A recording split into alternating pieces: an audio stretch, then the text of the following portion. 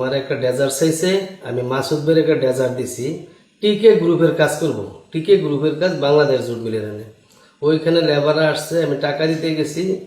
ওইখানে আমারে দুইটা হুন্ডারে 4 জন লোকে আমারে জোরপূর্বক গিয়ে উঠাইয়া কইতেছে মহিদি ভাইয়ের বাসা যেতে হবে। তা আমার লয়ে গেছে, আমি ওইখানে গেছি। যাওয়ার পরে তারা আমারে এলোপাতারি মাই গলা চেপে ধরছে, কানে কামড়া ধরছে, আমার 5টা সিলি হয়েছে। আমারে 4-5 জন এলোপাতারি মাই শুরু করছে, মহিদি ভাইয়া গলা চাপটা ধরছে, পরে কানের মধ্যে কামড় মারছে।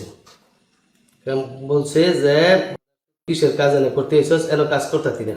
আমি কাজ করবো, তোর ডেজার এনে লয়ে যাই। এরপরে আমি ডেজার সরাই দিয়েছি, পাইপ সরানোর লেগে আমি আমার কান দিয়ে অনেক রক্ত পড়তেছে। পরে আমি আইসা হাসপাতাল ভর্তি হয়েছি, আর পাইপ সরাইতে বইয়াই করছি।